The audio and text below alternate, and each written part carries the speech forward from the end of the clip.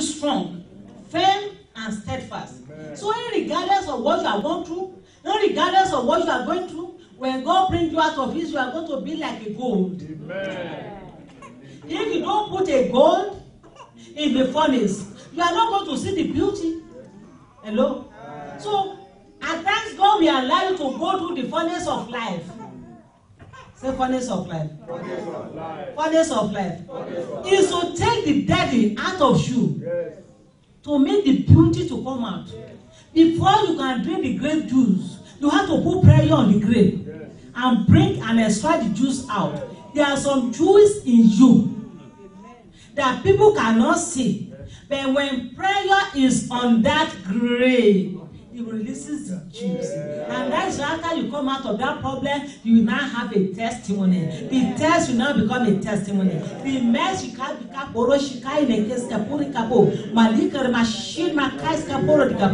mess will now become a message. And you'll be saying hallelujah. How can I start to enjoy this? By grace. And by faith. From now, I want you not to walk in fear, but to walk in faith. The Bible says the just shall live by faith. Faith to do everything. Faith to stand on your feet and to take a risk. It is because you cannot take a risk. That's why you cannot do any business.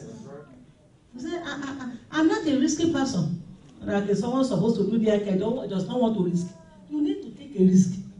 Is it no risk that make us to get this building when the offering is just like $300? Yes. $300. And someone said, Pastor, how are we going to pay the money? I said, I don't know, but we are going to get the money. Yes.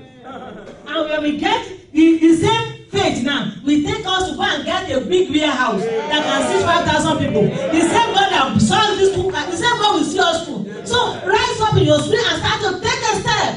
Don't just sit there.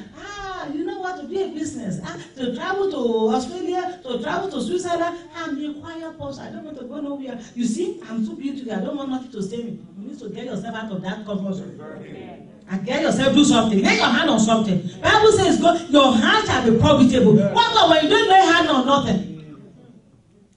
Just clock at. So I make my 16 hours every day. The people are using your grace to make it in that business. That's why when you get out of that business, they will be begging you. Because you just like you bring it down. Get yourself, do something. Find something doing. That's what I told the woman yesterday. Find something doing. Take a risk. If you don't take a risk, you will not sit down the share. Did you check the weight of the share? Did you check it before sitting on it? Do you know whether it can carry you? No.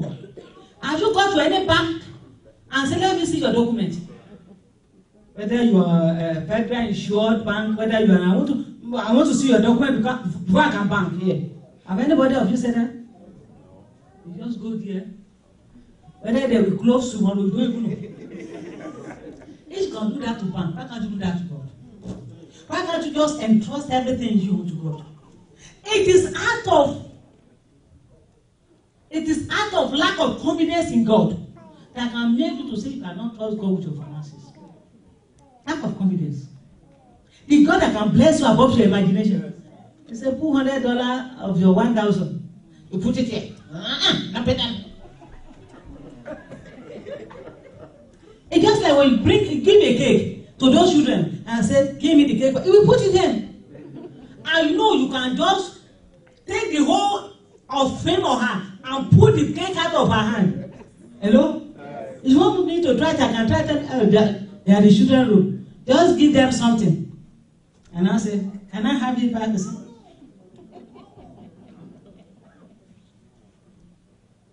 And I can just force.